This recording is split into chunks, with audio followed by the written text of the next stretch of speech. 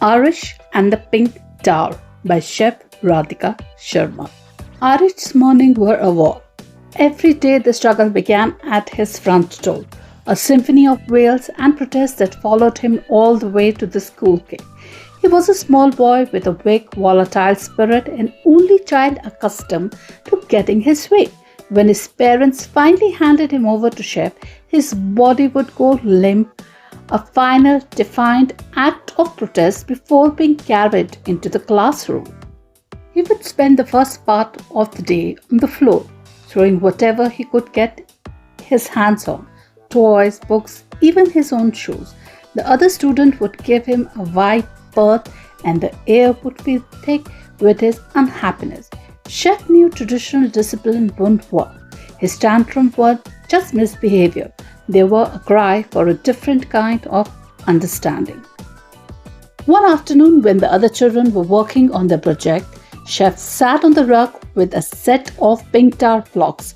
Instead of calling to him, she began to work with the block herself, stacking them from largest to smallest, a silent methodological process. The beautiful geometric progression of the cubes seemed to intrigue him. Aarish was, as usual, in the corner, a scowl etched on his face. He watched Sheff from a distance, his throws becoming less frequent, his outbursts quietening to a low grumble. He was a kinesthetic learner, a boy who needed to move, to think, and a hurricane of emotions. Slowly, carefully, he crawled closer. He didn't speak, he just watched Sheff's hand as she took the blocks apart and rebuilt the tower.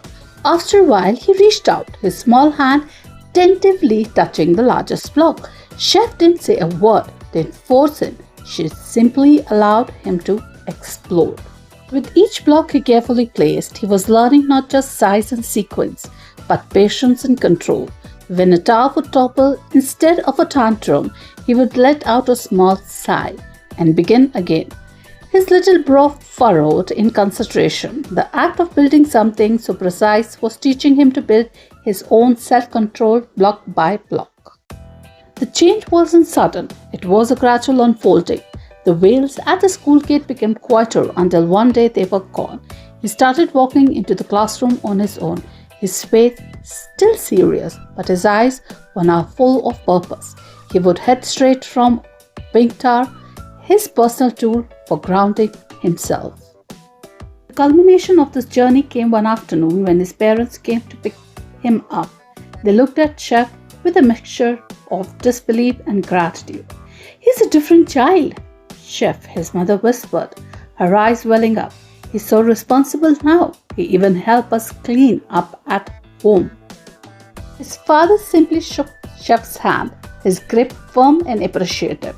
They had witnessed the change, the blossoming of their son.